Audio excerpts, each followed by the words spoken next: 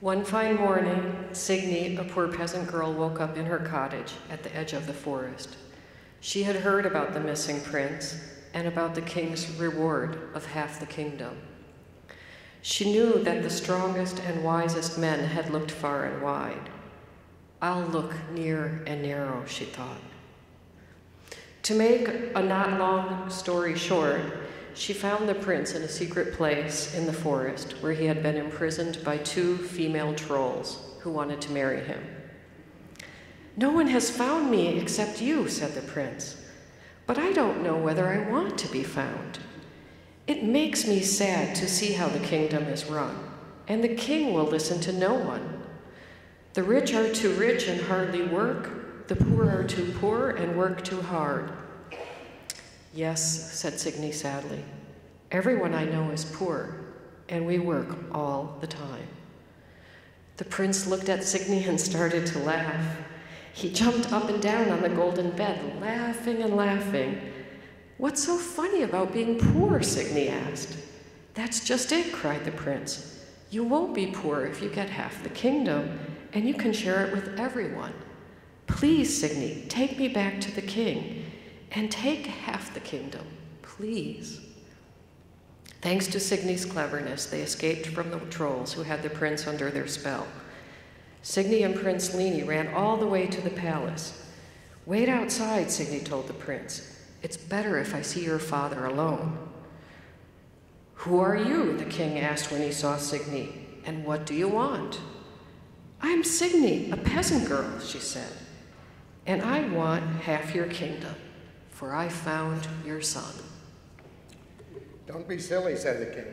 "How can a girl find my son when my strongest and my wisest men could not find me?" Signy ran to the door and flung it open.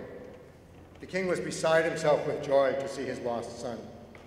After the 2 hugged and cried tears of happiness, Prince Lini told his father about the trolls and the magic spell and how Signy found him and freed him. "Now will you give up half your kingdom?" Signy asked the king. "Oh, my precious kingdom," the king sighed. "What about your precious son and your promise?" said the prince. The king looked at Signy carefully. "A girl like you found my son? A peasant girl, not even a princess? But my precious son is right, and a promise is a promise. I give you half my kingdom." Prince Lini turned to Signy. "I love you," he said. "Will you marry me? I'll help you rule your half of the kingdom, if you like. The poor won't have to work so hard or be so poor. And the rich will have to work harder and they won't be so rich," the king mumbled. Signy said, "Let's play checkers while I think it over." They played checkers and Signy thought it over. She thought it would be wonderful to marry Prince Lini. "We can share half the kingdom and share adventures too for the rest of our lives," she told him. And that is exactly what they did, happily and forever after. When you wake up in the morning, tomorrow morning, you can never tell what might happen to you during the day. Let's follow Annie's example and take time each day to do what we can to make another world possible.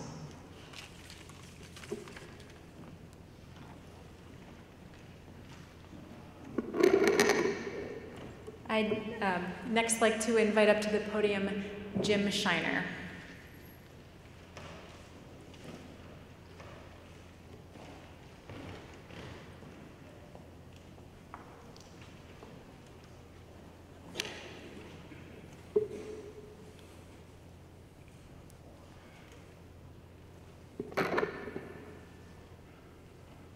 I hold in my hand a metaphor.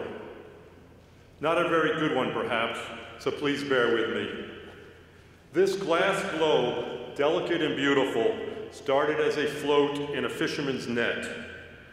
But it has an inner strength, a resiliency that is not immediately apparent, that has allowed it to survive the travails of a long and marvelous and sometimes perilous journey.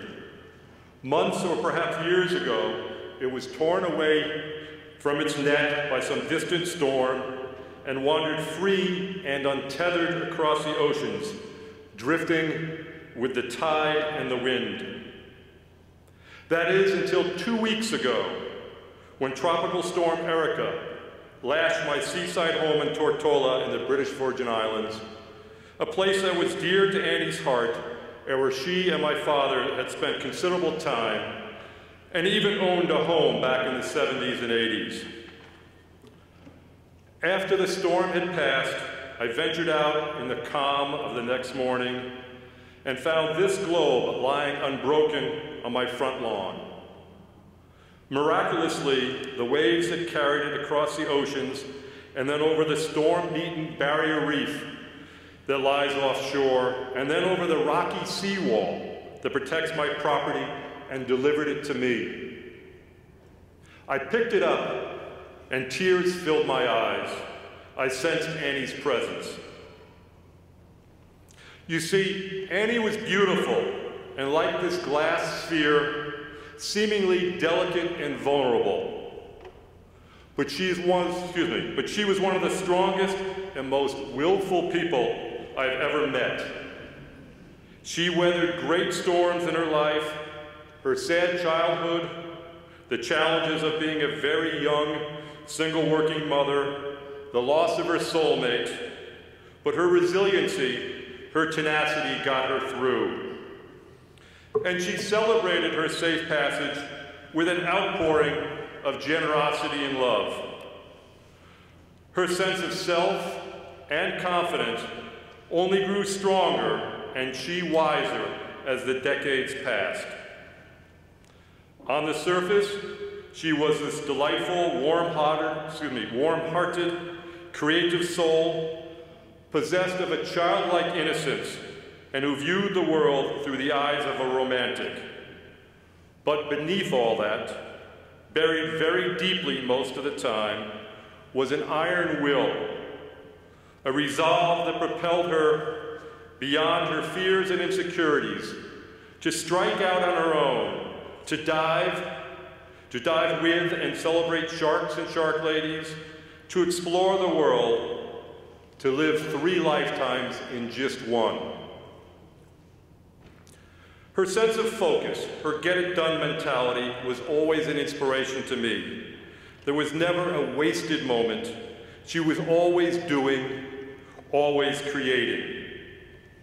Her busy life was a bit overwhelming for those viewing from the outside. She had such a full social schedule: friends, families, openings, theater, book club, Century Club, Explorers Club, and that was just when she was home resting between her trips. No one could keep up with her. It was a good thing that she had so many friends, has so many friends, and that way they could take turns keeping up with her pace. And as has been said, she visited all the continents. I was privileged to spend a lot of time with her underwater, both back in the British Virgin Islands and in exotic remote locations like Papua New Guinea, the Solomon Islands, and the Great Barrier Reef. She loved the tranquility and the beauty of being underwater, immersed in a fluid world populated by alien creatures, whales, squid, burrowing sand tilefish. It made no difference. She was fascinated by them all. And nothing pleased her more than to share her love of the underwater world with others. She traveled at every opportunity, as we've learned from Hope, tirelessly exploring the planet, its cities, peoples, and natural realm. She would painstakingly research every aspect of every destination, creating detailed itineraries that exceeded a local's insider knowledge. She was sometimes on the road for months at a time, but she never took a day off. She was always out exploring, trying to see or experience one more museum or cultural event or back street before yet another day drew to a close. She relished her discoveries, both large and small, and the people she met, and they made the world a more meaningful place for her. Her boundless energy was fueled by her boundless optimism, as well as her inner resolve, her desire to live life to its fullest. And when that energy finally abandoned her, she was left with an inner core of impenetrable resolve that like the black hole which a fiery supernova collapses into, that carried her through on her final journey to her bliss. Last year in Portugal, she turned to my wife, Sybil, and me and said, "I can't imagine the world without me in it." We can't either.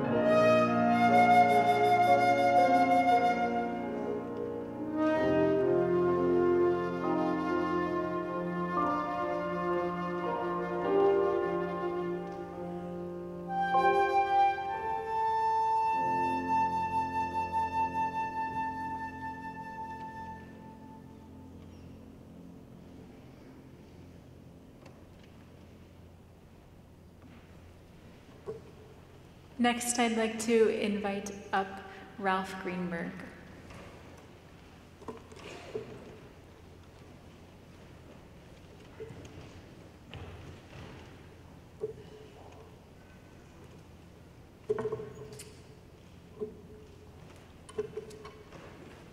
Annie and I met when I was 80 and she was 77. Two young lovers. And what I want to do is read two poems. One was on our 7th anniversary. That was in 2013, in December. By the way, we used to celebrate our anniversaries every month at that age. And that's the truth, we did. So anyway, I wrote this poem. It was 7 years, that's the title of it. Been 7 years since we first met. These 7 years have been the best of many years that came before. I hope that we'll have many more. 7 years, non-wedded bliss, have been like music writ by Liszt Can we look forth to 7 more? I'd love to hear a great encore. So here's to us, we found our way through Match.com, where we portrayed it's not too late to find your mate and live a life that's really great.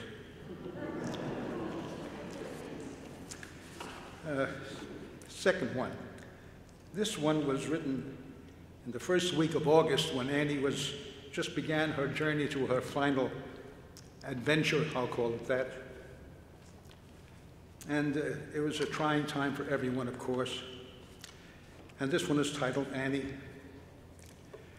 To see the life of one you love just slowly slip away, not by nature's final call or a dream that's gone astray, not by malice, not by greed, not by war or other deed, but by her wish to keep control, to ring the bell and make it toll. It's very hard for me to watch the process that unfolds, that slowly dims the light I knew and wish that I could hold. The pain is real, the pain persists, the pain that won't let go. I can't resist or shake my fist. I'm caught up in the flow. It's said time heals, it all will end. This too shall pass away. I hope not all of this is true, that a part of it will stay. The part that keeps the glow alive of the Annie I have known, the Annie that was full of life and made it all her own. Thank you.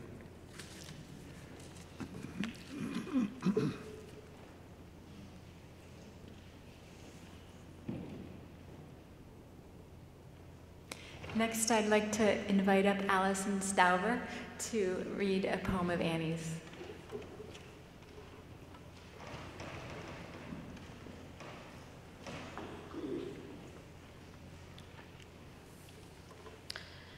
I think I'm the luckiest person in the room because for over 7 years, I spent nearly every day with Annie as her assistant. Annie became much more to me than just an employer, and I adopted her in my heart a long time ago, as she was the grandmother I always wanted and needed. Because we didn't start out as friends, I had to learn about who Annie was in interesting and funny ways. I learned about her through newspaper clippings and scrapbooks, through the beautiful fan letters from children and adults, in her books, and the lyrics of her poetry. But I mostly enjoyed learning about Annie through all of you, her wonderful friends and family. I loved meeting you and hearing your Annie stories and seeing Annie laugh with you. Annie is reflected in each of you, in each memory, in each smile you have when remembering her. The quantity and quality of the people in this room are her greatest legacy. So I'd like to read you a poem Annie wrote for you, her friends and family, which she finished but never had published. It's titled Last Will and Testament. When you spread my ashes, don't have a long face. Think of me stretching out tentacles even now, searching for adventures, flying into mysteries, twirling with poems, messing about with my art. Think of me, children, watching grandkids grow, our breakfasts of ice cream and all those faraway places. Know that I loved making a difference with my books, trying to build a better world. To my dear friends, I love you. So use your tears to water plants. There is only room at my banquet for celebration with song. Come on, sing. And stories and poems. Know that I'm in my bliss now. Wear my clothes and jewelry and shoes if they fit. read the books, hang the art, save the world, heal the planet, create, be kind, be a better human. Remember your father's last words. Enjoy your fun. My scattered ashes will turn into birds and flowers too.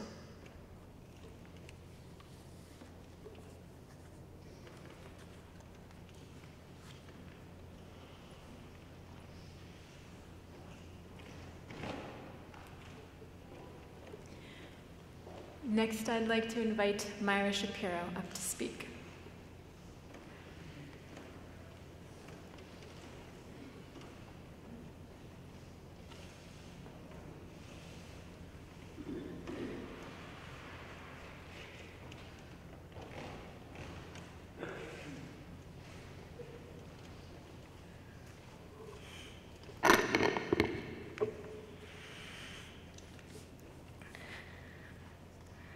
I'm just thinking of the last will and testament, remarkable last poem.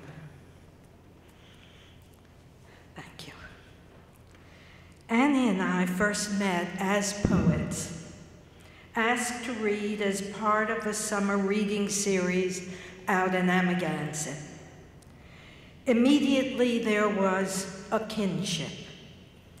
Our love of travel, our birth dates, devotion to family, yes, all of that, and an insistence on life as something made, a continuous creation. And we've heard in everything that's been said today how Annie crafted a life, made a life, and I sensed that immediately. We were on the same path, sometimes literally. She mentioned a poetry workshop in Majorca. I'd been there too. Not, and these are Annie's words from a poem, not zigzagging across the patio last night under the fat moon, me swimming naked, alone. Annie's words for sure. Clearly, she was the supreme adventurer. She met the world with curiosity, ambition, and a deep desire for beauty, for fun, for love, questioning, ever seeking. And here's where reading one of her poems gives her to us. It's the first poem in River of Glass, called After Reading Einstein's Theory. Only Annie would come up with this poem after reading Einstein's theory. Who knows who will step out of the fog, man or beast? Will there be a sultry song drifting over the damp air? Will I remember the words? If I order a martini with 2 olives instead of 3, will I have more vodka in my glass or fewer olives? Is it possible that the stars do not shine when I'm looking away? I carried 2 bags of groceries in the rain, in the dark, to an empty house. But is it empty?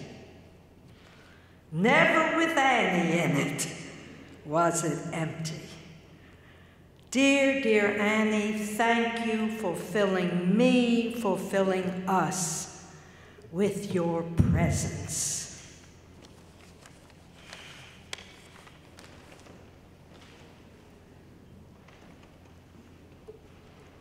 Next, I'd like to invite up, who am I inviting up? Sorry, Sandy and Eddie Pomerantz.